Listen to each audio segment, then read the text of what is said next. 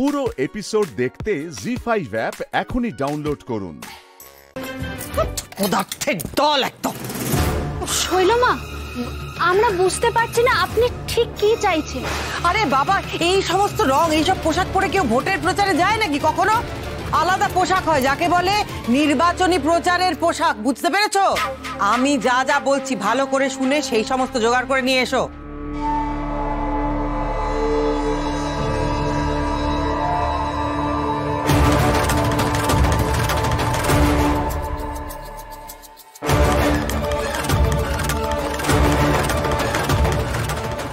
বাহ,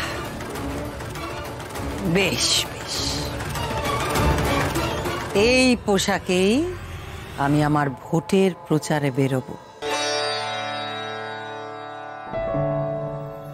বাহ, কি সুন্দর লাগছে তারাকে। কি বাবা গৌরী, তুমি এখনো তৈরি হওনি কেন? না না, আমি আবার কি সাজবো বলো তো? তুমি না যশোদা মা, তোমাকে তো সাজতেই হবে।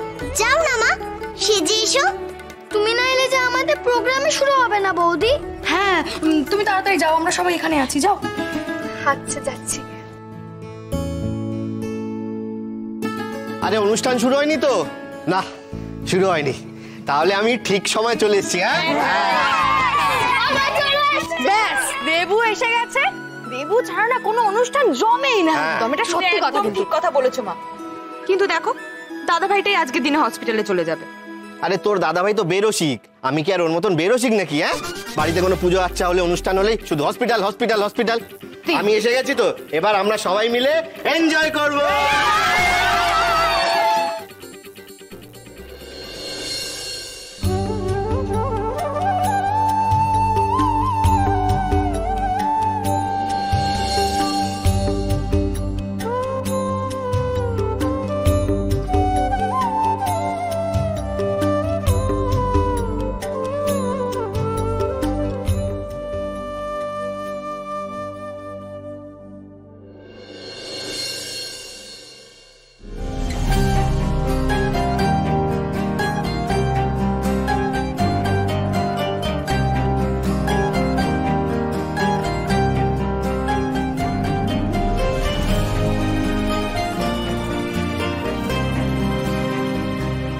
আমার ব্যাগ।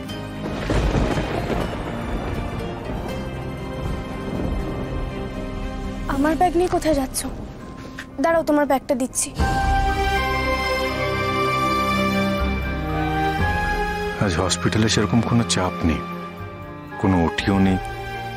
আজকে হসপিটাল যাওয়াটা কাটিয়ে দিলে হয় না?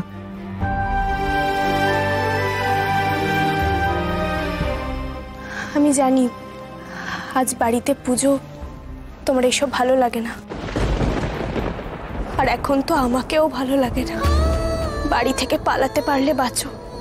আচ্ছা, আমার সাথে থাকতে কি একটুও ইচ্ছে করছে না?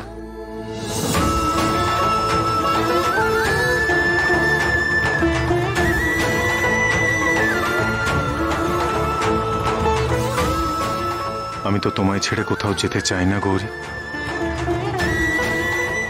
এই যে যশোদা মা, এই ছেলেটা এখানেও? আপনার কৃষ্ণকে তো সামলানো যাচ্ছে না, চলুন আপনি। হ্যাঁ, যাচ্ছি।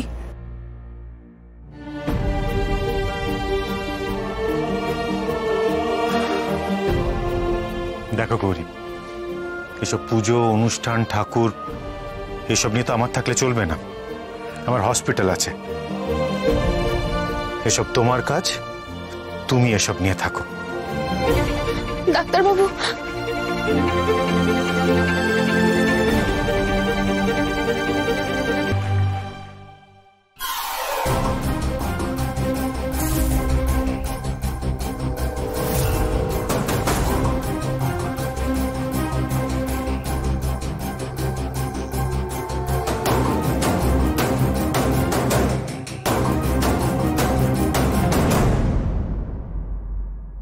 আমি আজ শৈল মা নই, আমি আজ আপনাদেরই মেয়ে, আপনাদেরই একজন, শুধুই শৈলজা। আমি এসে গেছি, এবার থেকে আপনাদের সব সময় কাছাকাছি থাকবো। আপনাদের দুঃখ, আপনাদের সমস্ত অভিযোগ আমি দূর করে দেব। এই অপদার্থের দল, দাঁড়িয়ে দাঁড়িয়ে হাসছো কি সব? আমার মালা কোথায়? বেরোতে দেরি হয়ে যাচ্ছে, যাও মালা দাও। শৈলমা, আপনার জন্য গাড়ি বাইরে অপেক্ষা করছে। শৈলমা, এই যে মালা। আগে আমি মন্দিরে যাব, তারপর বেরোবো। এসো।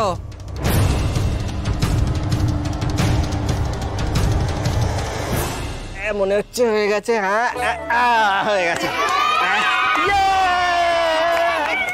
এবার আমি ফাটাবো। এইবার এই ফাটাবো। আরে সবকিছুর একটা পদ্ধতি আছে তো নাকি? দাঁড়াও, এটা এই তো। বন্ধ করো এসব। কি হচ্ছে কি এত চেঁচামেচি এখানে? এটা কি মাছের বাজার নাকি? এমা, চোখে তুমি কালো চশমা পরে আছো কেন? তাই তুমি দেখতে পাচ্ছ না। বাড়িতে জন্মাষ্টমী হচ্ছে গো, জন্মাষ্টমী। চুপ, ধরো এটা। আর একটা কথা বললে না দেবো একেবারে একটা। কি হচ্ছে কি এই বাড়িতে? আমি তো অবাক হয়ে যাচ্ছি। তোমাদের কি বুদ্ধি শুদ্ধি সব লোপ পেয়েছে? হ্যাঁ, আমি মানছি গৌরী নির্বোধ, সে নিয়ে কোনো সন্দেহ নেই, কিন্তু তোমরা কোন আক্কেলে ওর তালে তাল মিলিয়ে এইসব নাটকে সামিল হয়েছো কে জানে? কেন হলে দোষের কি আছে? তুমি এই প্রশ্নটা করছো মা? তুমি জানো না এই বাড়িতে মা ঘোমটা কালী বিরাজমান। এটা মা কালীর বাড়ি, এখানে কৃষ্ণ পুজো হতে পারে না। আমি এক্ষুনি সমস্ত ছিঁড়ে ফেলবো, সমস্ত আমি ছিঁড়ে ফেলবো। শৈলমা, কি করছেন কি আপনি? এটা আমরা এগুলো অনেক কষ্ট করে সাজিয়েছি, আপনি এগুলো একদম ছিড়বেন না। কেউ সাজাতে বলেছিল তোমাকে? এসব নাটক বন্ধ করো। আমি জানতাম বাড়িতে এই নিয়ে একটা ঝামেলা হবে। আরে ঠাকুরজি তো এসব একদম পছন্দ করেন। তা বলে দিদি সব অন্যায় মেনে নিতে হবে নাকি? সব ঠাকুরই তো এক। বাচ্চারা যখন চাইছে তখন অনুষ্ঠান এখনই হবে, এখানেই হবে, ব্যাস। না, আমি যখন বলেছি অনুষ্ঠান হবে না তার মানে হবে না, বুঝতে পেরেছো সবাই? আমি এক্ষুনি সব ভেঙে ফেলবো। শৈলমা, বাচ্চারা আনন্দ করে সাজিয়েছে, আপনি সেগুলো কেন নষ্ট করছেন? তোমার এত বড় সাহস, তুমি আমার হাত ধরে আমাকে বাধা দিচ্ছ? এটা শাক্ত বাড়ি, এখানে মায়ের অধিষ্ঠান, এখানে জন্মাষ্টমী হবে না।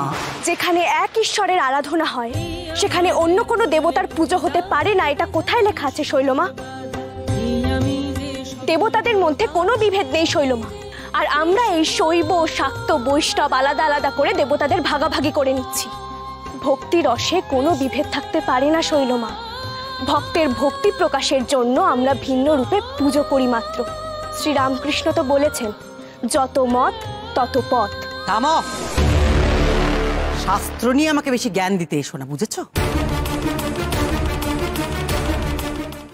জি5 ডাউনলোড করুন আর সব এপিসোড দেখুন একদম ফ্রি।